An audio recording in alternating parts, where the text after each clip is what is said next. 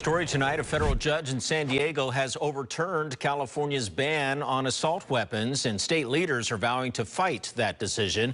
The San Diego-based judge ruled that the law, which was passed more than 3 decades ago, violates the Second Amendment. The judge compared an AR-15 to a Swiss Army knife, saying it's good for both home and battle.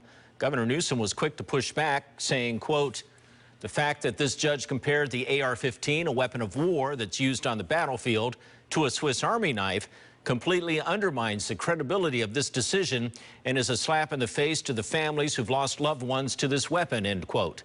Attorney General Rob Bonta shared a similar sentiment. He says, quote, "There's no sound basis in law, fact, or common sense for equating assault rifles with Swiss Army knives, especially on Gun Violence Awareness Day and after the recent shootings in our own California communities. We will fight this ruling and continue to advocate and defend common sense gun laws that will save lives," end quote.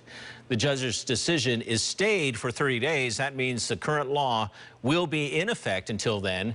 And during that time, the Attorney General Bonta can file an appeal.